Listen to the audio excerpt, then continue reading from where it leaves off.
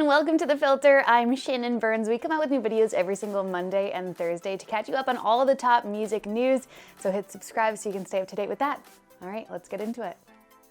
It was Halloween over the weekend, and although it wasn't as big of a holiday as we usually get because of the pandemic, that did not stop people from dressing up at home, and some celebs really pulled out all the stops.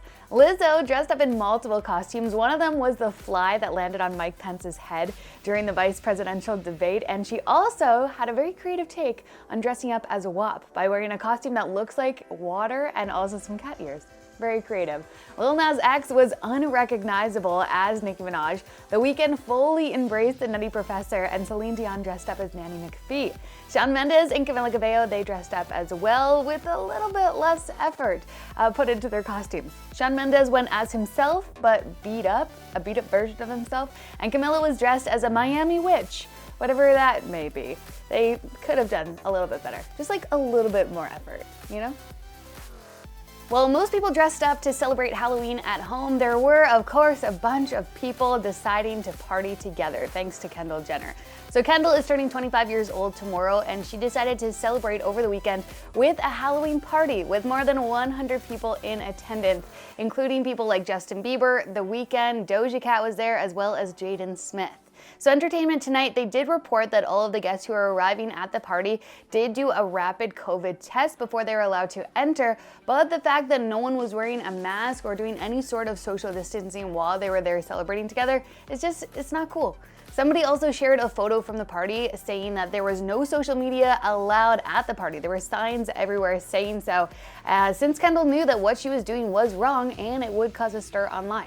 And no one really even listened to that rule, including Kendall's sister Kylie, who shared multiple videos on her Instagram story from the night, just proving how packed the party really was. So the United States, they actually just reported 99,321 new COVID cases on Friday, which is the highest single day for cases recorded in any country, and it's expected to go up even further than that.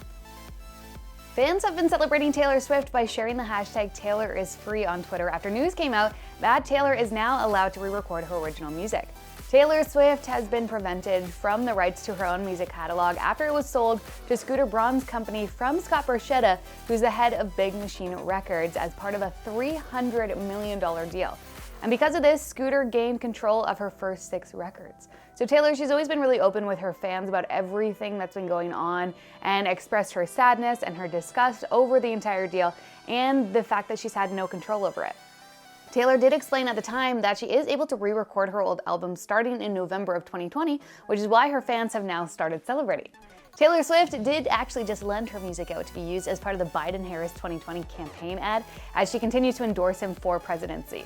She allowed her song that's called Only the Young, that's from her Miss Americana documentary that was on Netflix, to be used in the ad that talks about different issues such as the Me Too movement, LGBTQ+ rights, racial injustice, and the coronavirus. Now that Halloween is over, the Queen of Christmas has announced that the holiday season has officially begun. Mariah Carey, that is. She shared a video on her social media of a man that was dressed in a Halloween costume entering a room where she is just surrounded by holiday Christmas decorations in her Christmas onesie, announcing that it's time. Last year, All I Want for Christmas Is You climbed back up on the Billboard Hot 100, reaching all the way to #1. And now this year, it's already entered into the top 100 US iTunes chart at number 100, so we could see it climb up once again as we get closer to Christmas. You can hear Mariah Carey's All I Want for Christmas Is You and more on the I Heart the Holidays that actually just launched today on the iHeartRadio app. Link for that is in our description down below. Thank you so much for watching this episode of The Filter. Of course, let me know your thoughts on these stories down below, and also share your frustrations with people who are partying in the midst of a pandemic where numbers are spiking all the time. It's just so frustrating, right? Make sure that you subscribe because we come out with new videos every single Monday and Thursday, which means that we will have a new video for you coming up in just a few days on Thursday. We'll see you then.